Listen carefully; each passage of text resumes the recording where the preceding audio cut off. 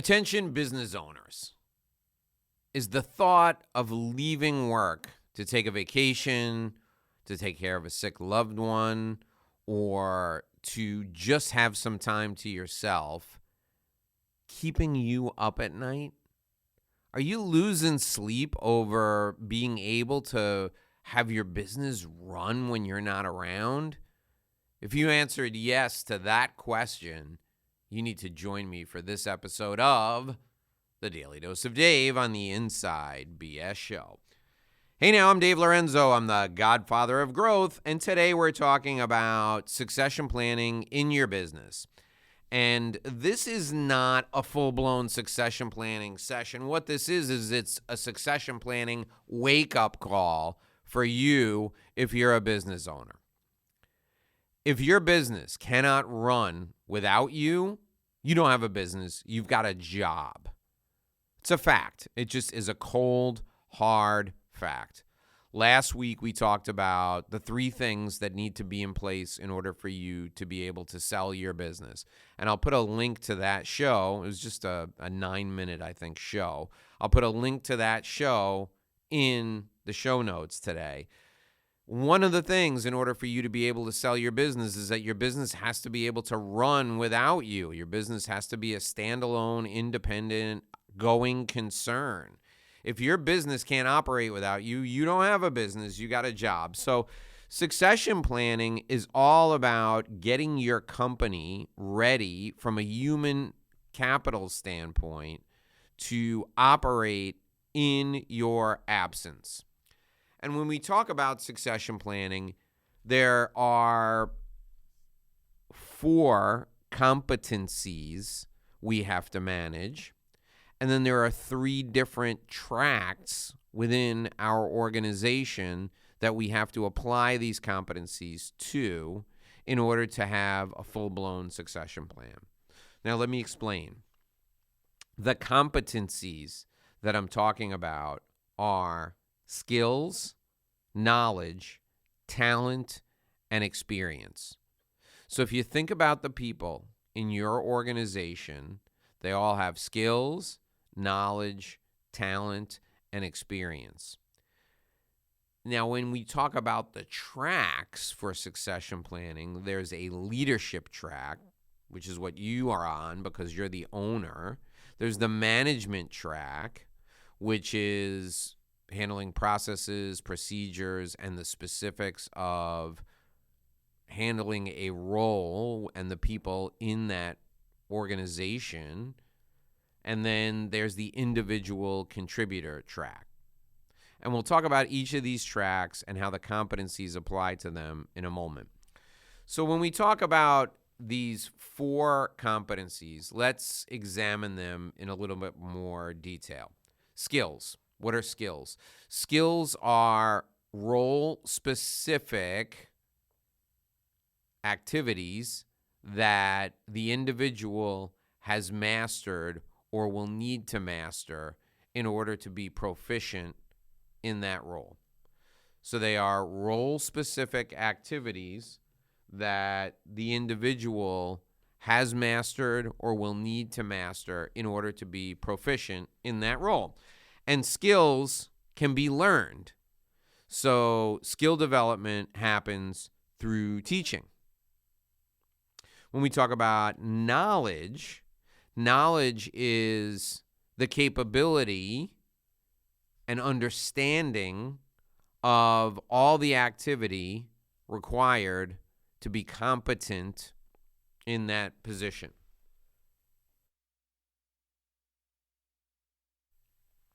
Knowledge can be learned. When we talk about talent, talent is innate ability to perform a role at a very high level. Talent is inborn. You bring that to the table. And I'll give you examples of each of these in a moment. And then the final element is experience. And experience is something that comes with time and exposure. So you're exposed to the tasks, the skills over time, and you master them, that's called experience. So for every role, there are skills, knowledge, talent, and experience. Let's say you're in sales. The skills you need to acquire in sales are skills that are specific to how to start a conversation with a prospect, how to generate interest, how to get a prospect to take the next step in the sales process, and then how to close the deal, and then how to follow up and get a referral after you close. Those are specific skills related to sales. Those can be taught. So one salesperson can teach another salesperson, a sales trainer can teach a salesperson, or a manager can teach the salesperson. Then there's knowledge. And when it comes to sales, if you're selling a product or a service, there's product or service specific knowledge. You need to know everything there is to know about the widgets. And then there's knowledge related to the company. There's knowledge related to the industry. And there's knowledge related to the benefits that your product or service provides. You can learn that through exposure. You can also learn it through teaching. So you can learn it in a formalized training environment, or you can learn it just doing ride-alongs with people who are already successful in that role. Talent is something that you're born with. For example, I have an innate ability to be a speaker, to speak in public, to speak in front of audiences. I was born with that. My parents used to say, my teachers used to say it was the gift of gab. That's an innate ability, but I still need to acquire skills at speaking in front of an audience, and I need to acquire the knowledge to be able to deliver a good speech. But the talent to do it is innate in me. There are people who are just uniquely talented salespeople. They just have an innate ability to connect with people, bond, and build rapport at the next level, and that's an innate talent. You can't teach that. So when you're hiring people and you're thinking about succession planning, you need to map out what the talent is that people need, and you need to find people with that talent first and then teach them the skills, give them the knowledge, have them develop wisdom through experience. But talent is innate. They're born with it, and you need to identify people who have that talent and apply them to the different tracks for succession planning. Now, experience is interesting because experience influences skills and it influences knowledge. But experience is simply time and exposure in the role that you're looking to achieve in the future. So if you're applying the experience threshold to somebody who's ready to become a department head, if they've been a supervisor in that department for a year, there's a pretty good chance that they've seen everything, 90% of everything there is to see in that department. They've seen it. So the experience that they've gained from a skills and knowledge standpoint is adequate because the experience has taught them the skills and knowledge. Now, to be the CEO of the company, have they experienced everything that they need to experience in order to be successful there? No. So they need more time in role. They need more experience in order to be successful in the CEO role. So what we want to do is we want to take leadership, management, and individual contributors, and we want to look at these 4 competencies as it relates to each of them. So let's start with individual contributors. You're in a biopharma company. You're in a biological pharmaceutical company, and you need to generate new products constantly. You're going to need to find people who have the innate ability to think about things with a bias for science, and you're going to need to make sure that they have enough experience to understand what it's like to work in an environment that's just like yours.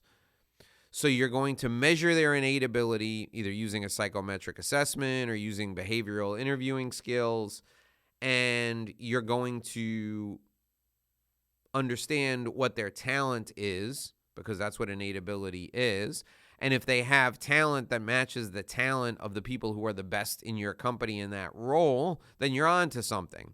So then you want to look for people who have experience doing what you're looking for them to do, because that will tell you whether or not they've developed the skills and knowledge necessary to be competent at the job.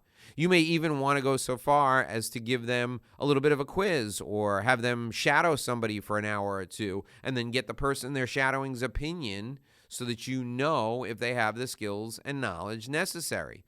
So this individual contributor, who's a research and development person, will show you through their actions and through their activity, they will show you whether they have what it takes to be a great research scientist for your company. And that's how you handle the individual contributor track. The next track up is the management track. And management is all about making the trains run on time.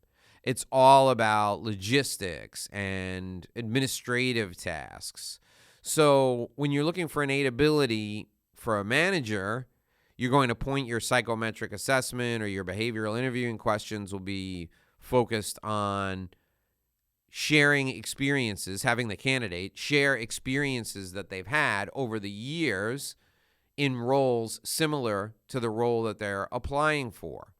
And that will be a window into how they handle the types of situations that will come up on the job at your company. So from a management perspective, we want to make sure that they can do the tasks, the administrative tasks, the logistical tasks that are required. Then the final step on the succession ladder is leadership. Do the people you're interviewing for leadership roles have the ability to engage, encourage, and inspire the people with whom they will be working in the future? That's skills and knowledge, but it's also innate ability. It's also talent. You can give them a psychometric assessment so that you can rate their ability, their innate ability, their talent, and then you can assess their skills and knowledge by testing them, by asking them behavioral-oriented interviewing questions, and by having them demonstrate some leadership style that they've applied in the past. So your goal in succession planning is to break down every role in your company into a leadership role, a management role, or an individual contributor role, and then you want to look at the skills, the knowledge, the talent, and the experience that are necessary in order for someone to be an A player in all three of those areas. That's your basic introduction to succession planning. I am Dave Lorenzo. I'm the godfather of growth. We will be back here again tomorrow with another great edition of our show. I'll see you tomorrow at 6 a.m.